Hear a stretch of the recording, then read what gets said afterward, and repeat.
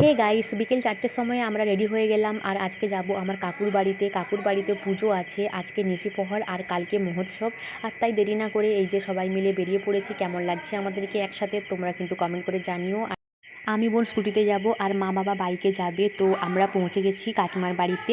আর এই দেখো মা এসেই একদম গল্প জুড়িয়ে দিল। আমি আর বোন বসলাম আর এই যে বোন আমাদেরকে একটু শরবত দিল। আর ভীষণ ভালো লাগলো এই গরমে শরবত খেতে। তারপরে দেখো প্যান্ডেল হয়ে গেছে। আর আজকে নিশিপ্রহর, কালকে তো মহোৎসব বললাম। আজকে ছোট্ট করে একটা মিনি ব্লগ দিলাম আর কালকে ফুল ব্লগ দেবো। মহোৎসবের পুরো ফুল ব্লগ আসবে। তো দেখো এটা আমার দাদু ঠাকুমার মূর্তি, কাল প্রতিষ্ঠা হবে।